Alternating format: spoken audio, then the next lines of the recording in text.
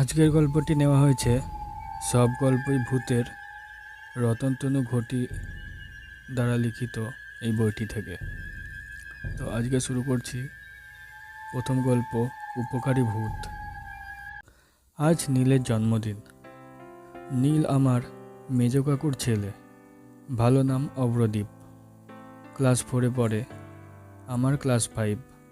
ছোট কাকুর মেয়ে মৌ, ওর ভালো নাম তনুশ্রী, ওর সবে ক্লাস 2। আমরা তিনজন বসার ঘরে জমজমাট।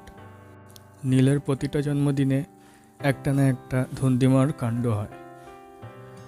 সে খাওয়া দাওয়াতেই হোক বা অনুষ্ঠানের আয়োজনেই হোক। আর মেজ কাকুর মাথায় আসে নানান অবাক করা আইডিয়া। একবার আমার জন্মদিনে বাড়িতেই বসিয়েছিলেন ম্যাজিকের আসর। মঞ্চ তৈরি করে আলোর ঝিকিমিকি লাগিয়ে সে কি কাণ্ড! সেবার মেজ কাকুর বন্ধু ম্যাজিশিয়ান অভিষেক কাকু বিকেলেই বাড়িতে হাজির, পুরো টিম নিয়ে। অভিষেকবাবু মেজ কাকুর সঙ্গে কলেজে পড়তেন, এখন ম্যাজিশিয়ান হিসেবে বেশ নাম ডাক। তিনি কাগজ ভাঁজ করে কেমন দুটো পায়রা করে দিলেন। আমাকে একটা মুরগির কাঁচা ডিম 2 হাতে মুঠো করতে বললেন, তারপর সেটা খেয়ে ফেলতে বললেন। আমি তো খাবই না, মঞ্চে প্রায় কেঁদে ফেলি। আর কি, তখন ম্যাজিক কাকু বললেন, ঠিক আছে, এবার মুঠো খুলে দেখো তোমার হাতে কি। আমি ভয়ে ভয়ে হাত খুলে দেখি আমার হাতে একটা মস্ত বড় সন্দেশ। বাড়িতে যারা এসেছিলেন সকলেই এক বাক্যে বলেছিলেন, অঙ্কিতের জন্মদিনটা অনেক দিন মনে থাকবে আমাদের।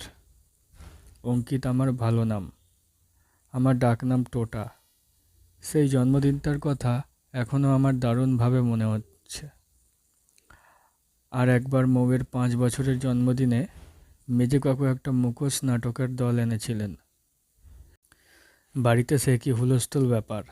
শ্রীনাথ বহুরূপী নাটক যখন মঞ্চে শেষ হলো, মুখোশ পরা অভিনেতাদের অভিনয় দেখে ছোট বড় সকলেই মুগ্ধ। অনেক ফটো তোলাও হয়েছিল সেই মুখোশ নাটকের। সেসব ফটো অ্যালবামে রাখা আছে। বাড়িতে কোনো অতিথি এলে মৌ সেই ফটোগুলো তাঁদের দেখাবে। আমরাও কোনো ছুটির দিনে 3 ভাই বোন গোল হয়ে বসে ফটোগুলো যে দেখি না তা নয়। এসবই মেজ কাকুর আইডিয়া। আজ 15-20 দিন ধরে আমি, নীল, মৌ অনেকবার মিটিংয়ে বসেছি নীলের জন্মদিনের ব্যাপারে মেজ কাকুর আইডিয়াটা কি জানার জন্যে। আমরা অনেক আলোচনা করেছি, কিন্তু কেউ কিনারায় আসতে পারিনি। মৌ বলল, এবার হবে বেলুন ফাটানোর খেলা। অতিথিরা যে বেশি বেলুন ফাটাবে সে পুরস্কার পাবে। এটা আমার মনে ধরল না। আমি অনেক ভেবে বললাম, এবার মেজ কাকু হয়তো অন্তঃক্ষরী করবেন কবিতা নিয়ে। এখন তো চারদিকে টিভিতে গানের অন্তঃক্ষরী। কাকু নিশ্চয়ই গান নিয়ে নয় কবিতা নিয়েই করবেন, কেননা মঞ্চ বেঁধে তো কিছু হবে না, এখনও কোনো তোড়জোড়ি তো দেখছি না। নীল গম্ভীরভাবে বলল, না, ওসব নয়। আমার মনে হয় মজার জোকসের আসর বসাবেন। কোনো কৌতুকাভিনয় তাকে নিয়ে আসতে পারেন। ওই যে কাকুর এক বন্ধু আছেন না, হট্টগোল সিরিয়ালে দারুণ মজা করেন, দর্শকদের হাসান, তিনিই এসে হয়তো দারুণ সব কৌতুক শোনাবেন। মেজ কাকু কি ভাবছেন? শেষমেশ আমরা কোনো সমাধানে পৌঁছাতে পারলাম না।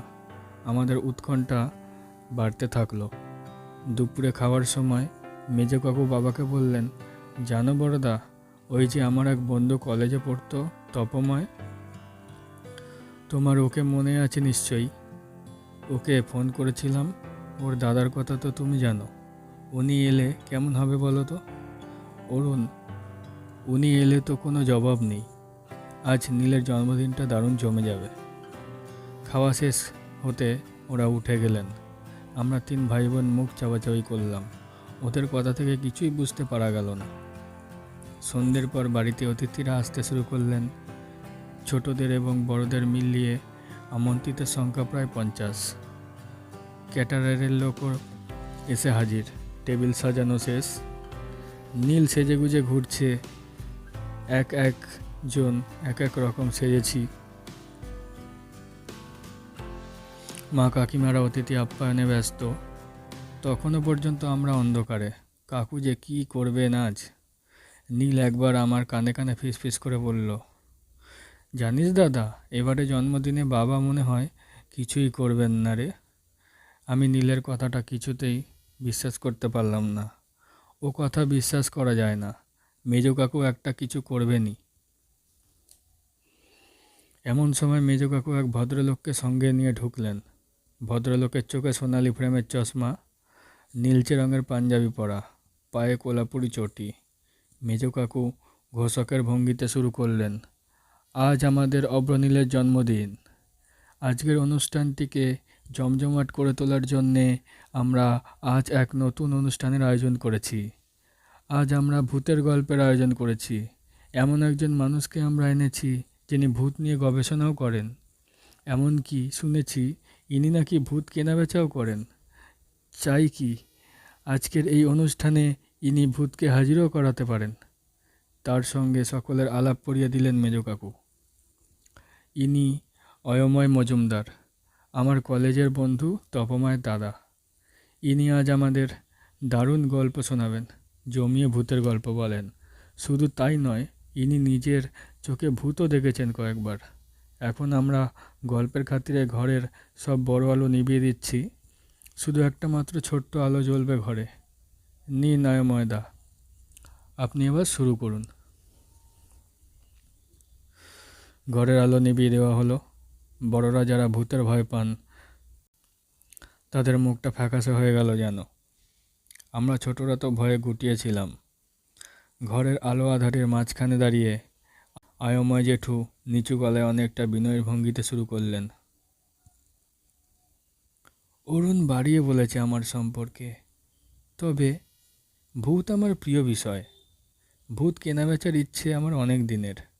দু একটা চেষ্টাও করে দেখেছি। লোকে ভূতকে এত ভয় পায় যে ভূত কিনতেই চায় না। একবার এক ভদ্রলোককে পেয়েছিলাম তার বাড়ি। তিনি নাকি ভূতকে রোবটের মতো কাজে লাগাতে চান। তিনি বলতেন রোবটের কনসেপ্ট নাকি বিজ্ঞানীরা ভূতের থেকেই পেয়েছেন। তো যখন দরদাম সব ঠিক, হঠাৎ তিনি মারা গেলেন। তাঁর আর ভূত কেনা হলো না। তবে ভূত পোষার শখ আমার অনেক দিনের।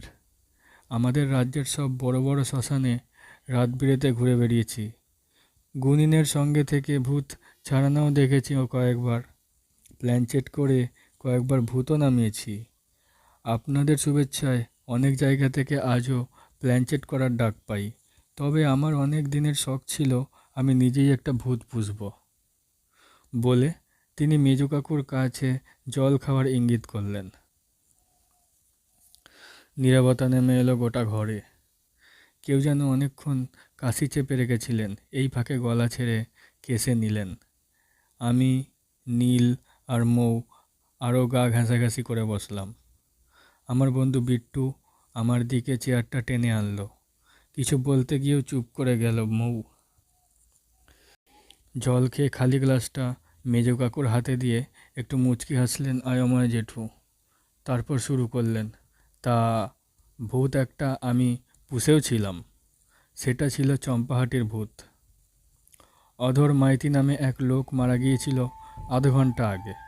আমি একটা কাজে ওখানে এক বন্ধুর বাড়িতে গিয়েছিলাম। বন্ধুটি বলল, চল তো যাই, লোকটা মারা গেছে। আবার কেউ বলছে সে নাকি মাঝে মাঝে নড়ে উঠছে। তুই তো ভূত বিশারদ, চল না গিয়ে দেখি। গেলাম বন্ধুর সঙ্গে। তবে তখন সন্ধে নেমেছে। সেদিন পূর্ণিমা বলে তেমন অন্ধকার নেই। একটা পুকুর আর দুধারে ঘন বাঁশ গাছ। একধারে একটা মস্ত মহানিম গাছ, তারই পাশে অধরের বাড়ি। উঠোনে অধর শুয়ে আছে। একটা ময়লা বেড কভার দিয়ে ঢাকা অধর। আমি পলকহারা চোখে তাকিয়ে আছি। হঠাৎ যেন মনে হলো অধর একটু নড়ে উঠল। বন্ধুর কানে কাছে মুখ নিয়ে গিয়ে ফিসফিস করে বললাম, লোকটা একটু নড়ে উঠল যেন। বন্ধুটি বলল, তোরা যারা ভূতের চর্চা করিস তোদের নিয়ে এই এক ঝামেলা। কি দেখতে যে কি দেখিস, তুই বিশ্বাস কর আমি ঠিক দেখলাম। বন্ধুটি বিশ্বাসই করল না আমার কথা। আমি বললাম, অধর লোক কেমন ছিল জানা দরকার। তারপর অধরের বাড়ির লোক, পাড়া প্রতিবেশীর কাছ থেকে অধরের অনেক কথা শুনলাম। অধর ছিল গ্রামের খুব উপকারী মানুষ। কেউ বিপদে পড়েছে শুনলে সে ঝাঁপিয়ে পড়ত হিতাহিত বিবেচনা না করে।